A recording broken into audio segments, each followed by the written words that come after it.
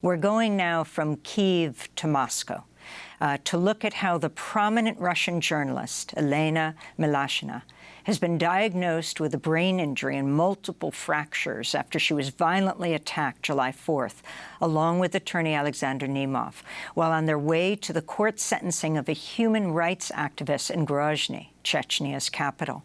Unknown assailants beat them, shaved off Elena's hair, doused her in blue-green liquid iodine.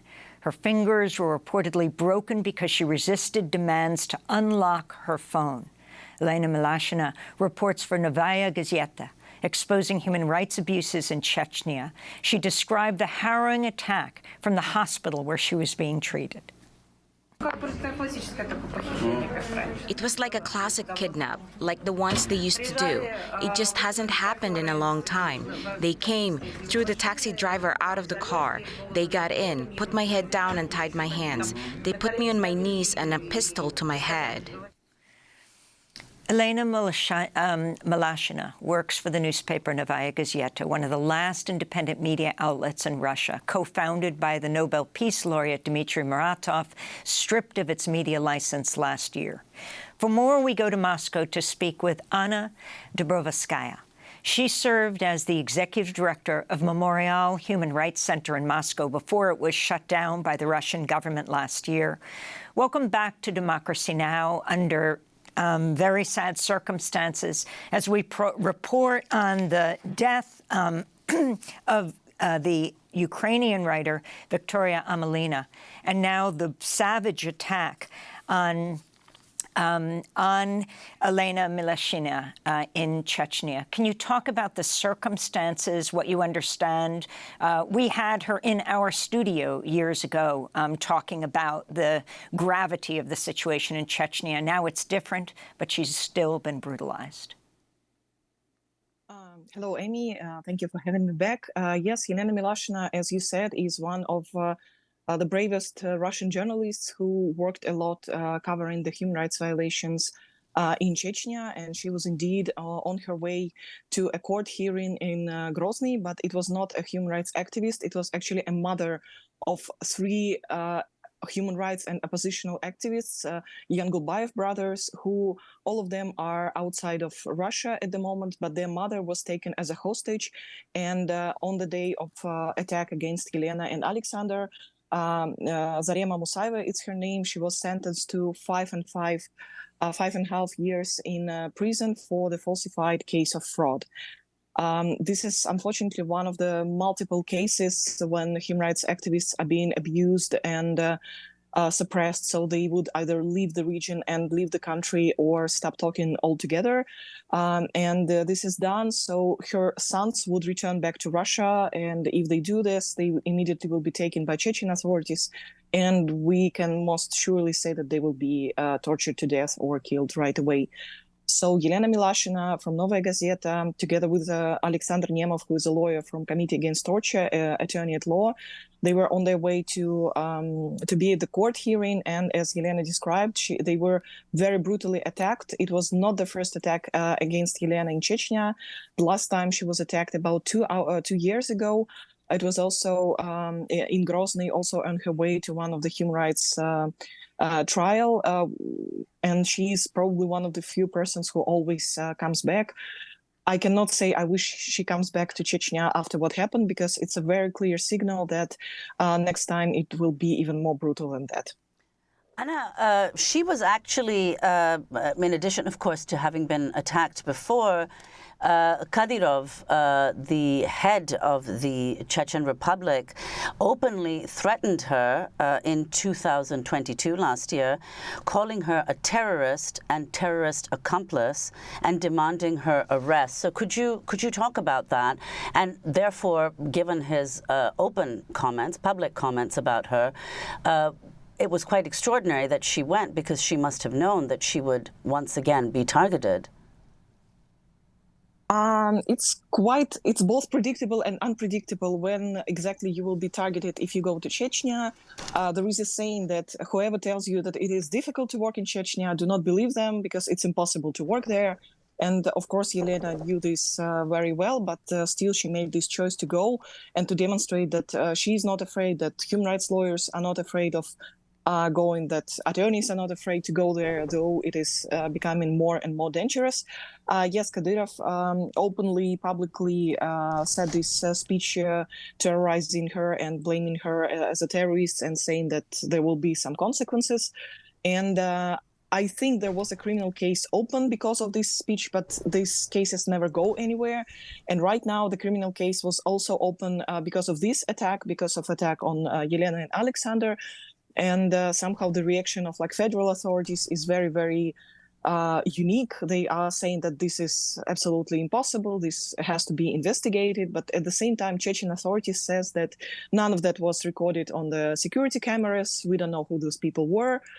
We just basically know nothing about them, but we will keep looking. So it's like a very common response by the Chechen authorities and actually almost all the other authorities in Russia.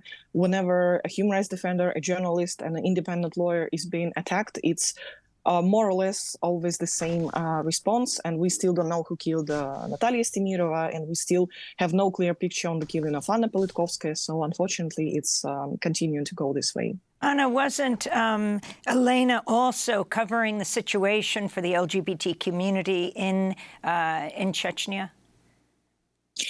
It was the coverage, yes, of situation with LGBT community, but more important than that, it was she was covering the location and existence of the secret prisons in Chechnya, and it's not solemnly targeting the LGBT community, mostly men, but it was targeting basically every. It's not activists, but every person who would speak openly something against Kadyrov's regime.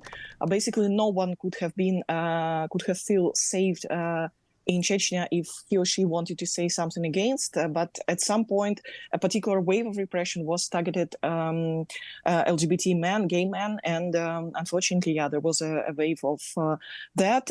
We don't know what is happening with that now because the region is extremely closed.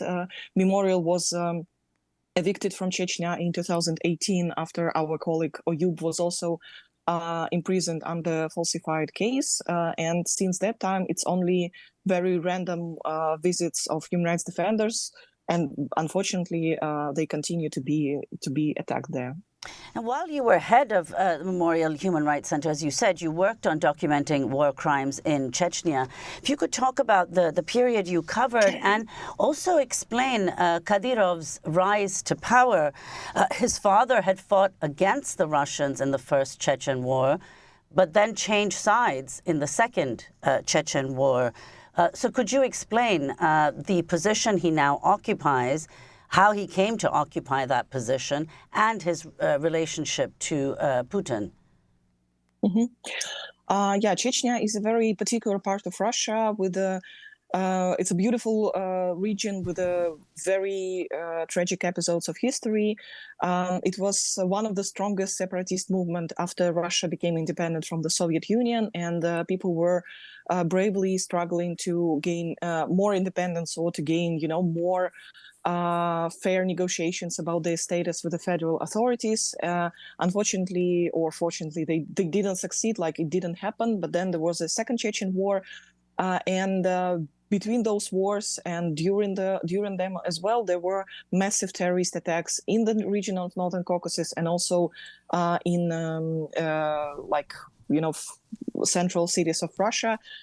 Some investigators say that those attacks have been performed by FSB, actually to blame it on terrorists from Northern Caucasus. But unfortunately, right now, we don't have any evidence to say if it was one or the other.